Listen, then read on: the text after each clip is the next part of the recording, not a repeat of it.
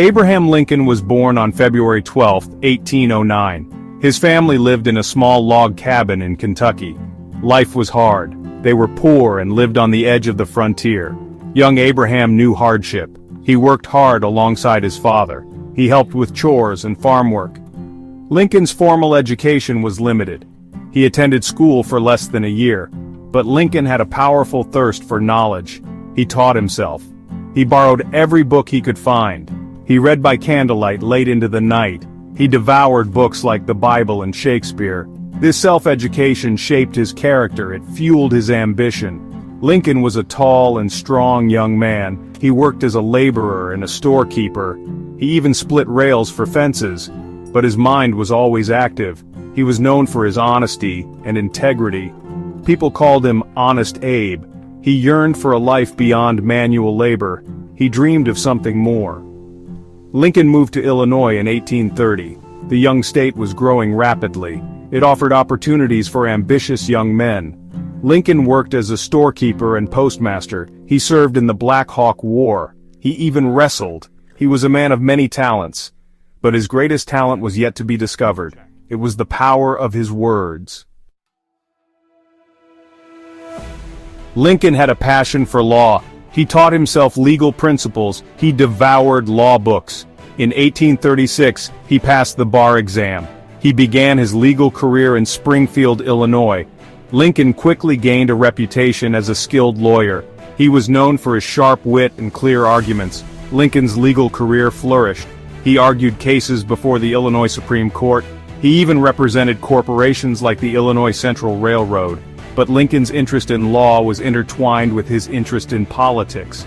He believed in the power of the law to shape society. He saw politics as a way to serve the public good. Lincoln joined the Whig Party. He served in the Illinois legislature. He won election to the United States House of Representatives in 1846. Lincoln's political views were shaped by his upbringing. He was opposed to slavery. He believed in the equality of all men. These beliefs would put him on a collision course with the forces tearing the nation apart. Lincoln's time in Congress was short-lived. He served only one term. He returned to Illinois to focus on his law practice, but he continued to speak out against slavery. Lincoln's powerful speeches drew attention. He emerged as a rising star in the newly formed Republican Party. The nation was on the brink of crisis. Lincoln's voice would soon be heard across the land. The United States in the mid-19th century was a nation deeply divided. The issue of slavery cast a long shadow over the country. The North and South were on a collision course. The North was rapidly industrializing. It had a growing abolitionist movement. The South remained heavily reliant on slave labor. It fiercely defended its peculiar institution. The tensions over slavery were enshrined in the Constitution. The Founding Fathers, in a compromise to ensure unity, had agreed to count slaves as 3/5 of a person for purposes of representation. This gave the South disproportionate power in Congress. It fueled resentment in the North. The Missouri Compromise of 1820 was an attempt to maintain the balance of power. It admitted Missouri as a slave state and Maine as a free state. It also prohibited slavery north of the 3630 parallel. The compromise held for a time, but it was a fragile peace. The issue of slavery continued to simmer. The Mexican-American War from 1846 to 1848 reignited the slavery debate.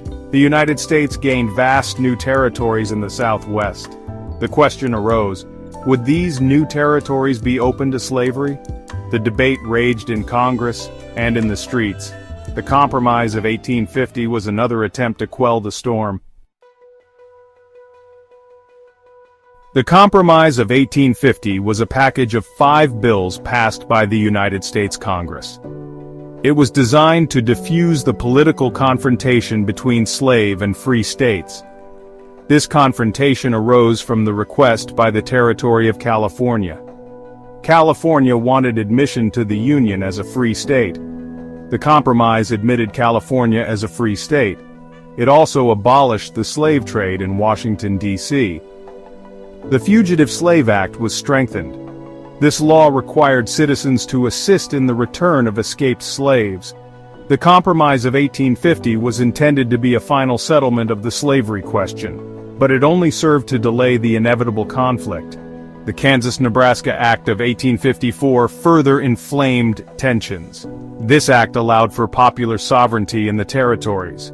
This meant that residents of the territories could decide whether or not to allow slavery. This led to violence in Kansas. Abolitionists and pro-slavery forces clashed in a bloody conflict known as Bleeding Kansas. The Dred Scott decision of 1857 was another blow to the anti-slavery movement. The Supreme Court ruled that slaves were not citizens. They had no standing to sue in federal court. The decision also declared the Missouri Compromise unconstitutional. This meant that slavery could potentially expand into all territories. The nation was on the brink of civil war. Abraham Lincoln, the lawyer from Illinois, would be thrust into the center of this maelstrom. He would be called upon to lead a nation divided. Section 5. The Presidency and the Storm. The 1860 presidential election was one of the most consequential in American history. 4 candidates vied for the White House. Abraham Lincoln represented the Republican Party. He ran on a platform of preventing the expansion of slavery. Stephen Douglas, a Democrat, supported popular sovereignty. John Breckinridge, another Democrat, ran on a pro-slavery platform. John Bell, representing the Constitutional Union Party, advocated for preserving the Union at all costs. The election was deeply sectional. Lincoln won the North, but not a single Southern state. His victory was a repudiation of slavery. It was also a trigger for secession. South Carolina seceded from the Union on December 20, 1860. 6 other Southern states followed suit. They formed the Confederate States of America. Jefferson Davis was elected president. The nation was now divided. War seemed inevitable. Lincoln took office on March 4, 1861. He faced a monumental task. The Union was dissolving. The Southern states were arming for war. Lincoln was determined to preserve the Union. He believed that secession was illegal. He also knew that a war to preserve slavery would be a disaster. Lincoln's inaugural address was a masterpiece of rhetoric and reconciliation. He appealed to the better angels of our nature. He urged the South to reconsider secession. But Lincoln also made it clear that he would not tolerate rebellion. He would use force if necessary to uphold the Constitution. Section 6. Fort Sumter and the Fury. The Confederate attack on Fort Sumter on April 12, 1861 marked the beginning of the Civil War.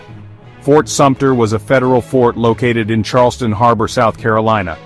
The Confederate bombardment of the fort lasted for 34 hours. The Union garrison surrendered. There were no casualties during the bombardment, but the attack ignited the war. Lincoln called for 75,000 volunteers to suppress the rebellion. 4 more Southern states seceded. The Civil War had begun. The war was a clash of civilizations. The North had a larger population and more industry. The South had better military leaders and the advantage of fighting on home ground. The Battle of Antietam, fought on September 17, 1862, was the bloodiest single-day battle in American history. Over 22,000 soldiers were killed or wounded. The battle was a tactical draw, but it was a strategic victory for the Union. It halted the Confederate advance into Maryland. It also gave Lincoln the opportunity to issue the Emancipation Proclamation. Section 7. A Proclamation of Freedom. The Emancipation Proclamation was a presidential proclamation and executive order issued by President Abraham Lincoln. It was issued on January 1, 1863. The proclamation changed the federal legal status of more than 3 million enslaved people in designated areas of the Confederate South. They were declared free. It did not immediately free a single slave. The Emancipation Proclamation was a turning point in the Civil War. It transformed the conflict from a war to preserve the Union into a war to end slavery. It also allowed African Americans to serve in the Union Army. Over 200,000 black soldiers and sailors fought for the Union. They played a crucial role in the Union victory. The Emancipation Proclamation also had a profound impact on international opinion. It made it difficult for European powers to support the Confederacy. They could not be seen as siding with slavery. The proclamation was a beacon of hope for millions of enslaved people. It was a testament to Lincoln's moral leadership. Section 8. A Legacy Forged in Blood. The Civil War raged for 4 long years. It was a brutal and bloody conflict. Over 620,000 soldiers died. Countless others were wounded. The war ended in April 1865 with the surrender of Confederate General Robert E. Lee to Union General Ulysses S. Grant at Appomattox Courthouse in Virginia. The Union was preserved. Slavery was abolished. Lincoln's second inaugural address, delivered on March 4, 1865, was a call for healing and reconciliation. He urged Americans to bind up the nation's wounds and to move forward with malice toward none, with charity for all. Lincoln's words were cut short. On April 14, 1865, just 5 days after the Confederate surrender at Appomattox, Lincoln was shot by John Wilkes Booth, a Confederate sympathizer. While attending a play at Ford's Theater in Washington, D.C., Lincoln died the next morning. The nation mourned the loss of its savior. Section 9. The Enduring Legacy. Abraham Lincoln's assassination was a national tragedy. He was a great leader. He led the nation through its darkest hour. He preserved the Union. He ended slavery. He left behind a legacy of freedom and equality. Lincoln is considered one of the greatest presidents in American history. He is revered for his honesty, his integrity, and his unwavering commitment to the principles of democracy. His words and deeds continue to inspire people around the world. Lincoln's legacy is complex and multifaceted. He was a man of his time. He was also a visionary leader who helped to shape a more just and equitable society. He is remembered as the great emancipator, the savior of the Union, and the author of the Gettysburg Address, one of the most eloquent and moving speeches in American history.